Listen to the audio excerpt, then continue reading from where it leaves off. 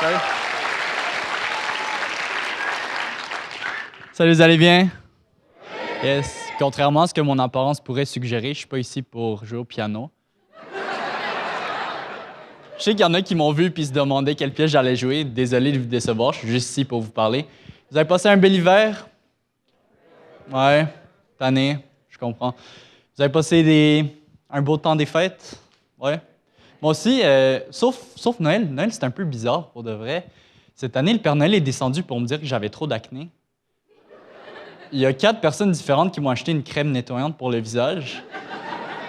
Pour de vrai, après la 3e personne, j'avais compris le message. Je pense pas que la 4e crème était vraiment nécessaire. Puis tu sais, le pire, c'est que les 4 personnes m'ont demandé plus tard si j'avais utilisé leur crème. Ce qui veut dire que j'avais pas l'air d'avoir utilisé leur crème, tu sais. Puis c'est pas vrai, je les ai toutes essayées. J'ai même mis un masque rien pour le visage. Tu sais, les masques blancs cosmétiques. Ouais, j'ai dû arrêter parce que j'avais l'air de faire la white face. J'avais l'air de vouloir prendre ma revanche sur Justin Trudeau. Ce qui n'est pas vraiment un de mes objectifs dans la vie, donc j'ai arrêté. Mais ouais, c'est pas comme ça que j'ai reçu beaucoup de produits cosmétiques. Au début, je pensais que c'était une initiative de ma mère. Je pensais qu'elle avait créé un group chat ou quelque chose, mais non. Je pense qu'ils ont juste vu mon visage puis ils étaient comme « Je sais ce que je vais lui acheter pour Noël. » Non, je pensais que c'était ma mère qui avait fait la suggestion parce que c'est son style de passer des petits commentaires sur mon apparence. C'est pas toujours subtil. Des fois, elle va juste ouvrir la porte de ma chambre pour me dire « Tes dents sont plus jaunes que ta peau. » Puis elle ferme la...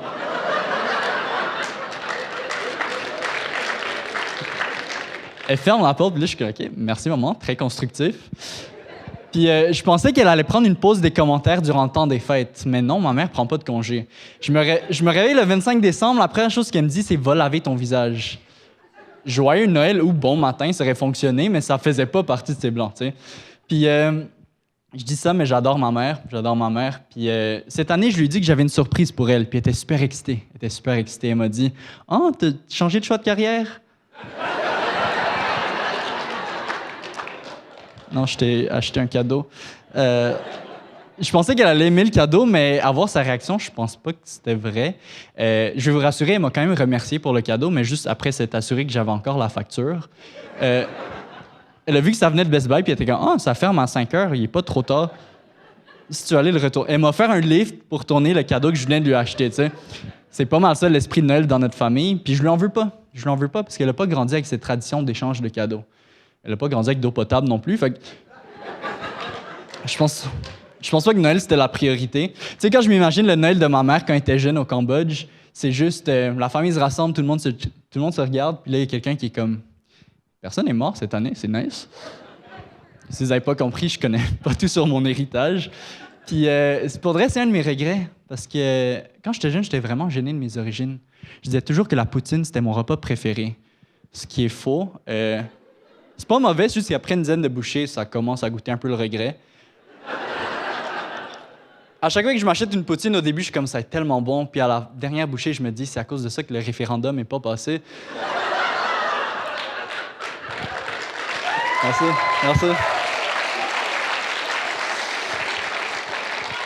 Mais je disais que la poutine, c'était mon plat préféré parce que c'était le seul plat québécois que je connaissais, tu sais. Sauf le pâté chinois. C'est pas mal de ça que j'essaie de me distancer, tu sais. J'essaie un peu de couper mes affiliations. Rien contre la Chine, c'est un très beau pays, puis leurs enfants fabriquent des excellents téléphones. Je voulais juste que mes camarades de classe pensent que j'étais normal, tu sais, parce qu'on est comme tout le monde. On mange du poulet, du bœuf, un peu de chauve-souris. Juste durant le temps des fêtes, c'est saisonnal. Non, pour de vrai, j'haïssais ça quand les gens mentionnaient le fait que j'étais asiatique, mais je vais être honnête, maintenant que je suis un peu plus vieux, ça me manque. Parce que les seules personnes qui me le rappellent, c'est des itinérants. Ça m'est arrivé 3 fois l'année passée qu'un sans-abri vienne me voir pour me dire de retourner d'où je viens. Ce qui est vraiment, vraiment frustrant, parce que je peux pas dire « Non, toi, retourne d'où tu viens. » Il n'y a pas de maison. C'est comme « Retourne d'où tu viens. » Il est pas mal déjà, là. C'est un peu méchant. Une fois, il y en a un qui pissait sur le mur du métro, puis il est venu vers moi. Il a fini de pisser avant de venir. Quand je dis « venir », je veux dire... J'ai marché, il est pas venu. Ça aurait été impressionnant, mais c'est pas ça qui s'est passé. Fait que le gars est venu, puis je lui ai fait un petit signe de « Non, désolé, j'ai pas d'argent », ce qui est faux. J'avais un peu de change. C'est juste qu'en grandissant, tu sais, je suis devenu confortable avec mon héritage culturel et les Asiatiques, on donne pas aux itinérants. Finalement, le gars s'en vient, puis il voulait pas d'argent. Il voulait juste essayer de me cracher dessus. Je dis essayer parce qu'il avait pris tellement de drogue qu'il y a comme rien qui est sorti, il n'y avait plus de salive. Puis il m'a dit, retourne dans ton pays. Hey, retourne dans ton pays. Ça, pour de vrai, ça m'a vraiment blessé. Parce que ça m'a rappelé que je suis trop pauvre pour voyager. Comme... J'adorais retourner dans le pays, juste pas l'argent en ce moment. Tu sais. Je viens de recharger ma carte Opus. C'était pas mal ça, mon budget de voyage. En ce moment, j'ai juste assez d'argent pour aller à l'aéroport, m'asseoir avec les passagers puis leur souhaiter un bon voyage. C'est comme tout ce que je peux faire, tu sais. Des fois, je me réveille en sueur froide le matin parce que je m'imagine que je suis à Laval puis je dois payer 4,50 $.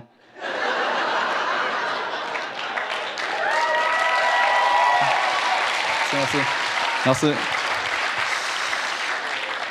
sais, prendre l'avion, c'est pas vraiment une option. Je me mouche des fois avec du papier brun, fait que... Les temps sont durs, pour de vrai. Si je me fais déporter, il y a une partie de moi qui va comme « Oh wow, un voyage gratuit, c'est cool. » C'est pas vrai. Je veux pas me faire déporter parce que je suis né ici, puis je me sens super chanceux parce qu'au Canada, il n'y a pas tant de personnes super racistes. Par contre, on a quand même des stéréotypes. Je vous donne un exemple. Au secondaire, il y a un gars qui est resté 750 décimales de pi, ce qui est super, super impressionnant. Sauf que tout le monde était d'accord pour dire qu'il était capable de faire ça parce qu'il était asiatique. Ce qui m'a toujours confus parce que le gars était clairement autiste, comme... Me semble que c'est une meilleure explication pour sa bonne mémoire. J'avais pas de preuve qu'il était autiste. Il était juste difficile de le regarder dans les yeux. Difficile parce qu'il aimait pas le contact visuel, pas parce qu'il a les yeux bridés. J'avais juste clarifié ça. Puis je dis ça, mais c'est vraiment pas pour manquer de respect à qui que ce soit. C'est n'importe qui est sur le spectre de l'autisme. Pour de vrai, c'est que du respect. Je voulais être autiste quand j'étais jeune.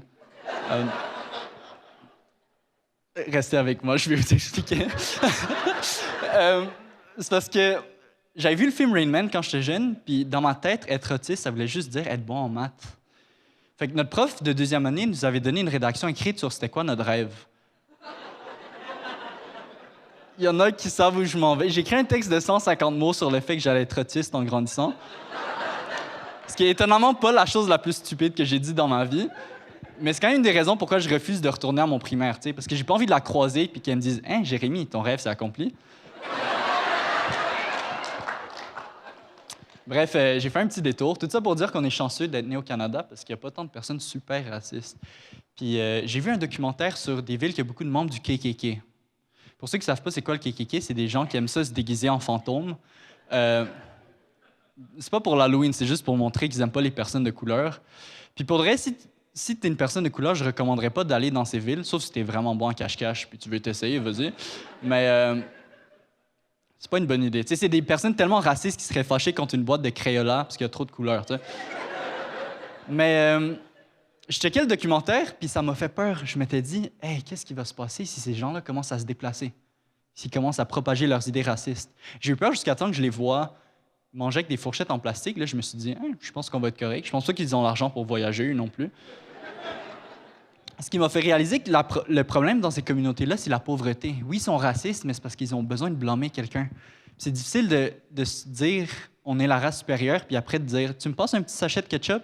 Comme, il manque un lien logique, là, tu sais. Puis, au début, je savais vraiment pas comment quelqu'un pouvait supporter une cause aussi raciste.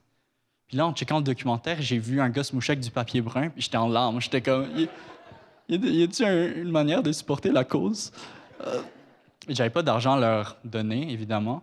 Fait que je me suis rappelé, par contre, qu'ils aimaient ça avoir la peau blanche. Fait que j'ai fait ce que toute bonne personne aurait fait. Je leur ai envoyé mes 2 derniers masques coréens. C'était tout pour moi. Je m'appelle Jérémy Char. Merci. Merci.